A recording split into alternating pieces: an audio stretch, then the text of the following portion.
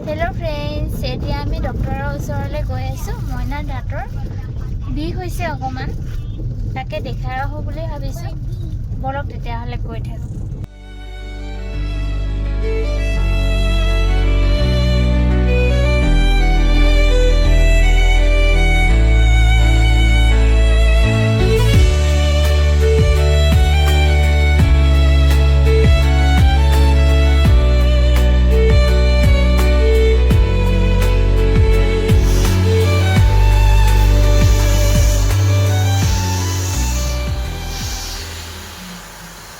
আমি ডক্টৰক দেখাই আহিলো। এতিয়া তাক দৰৱ দিলে।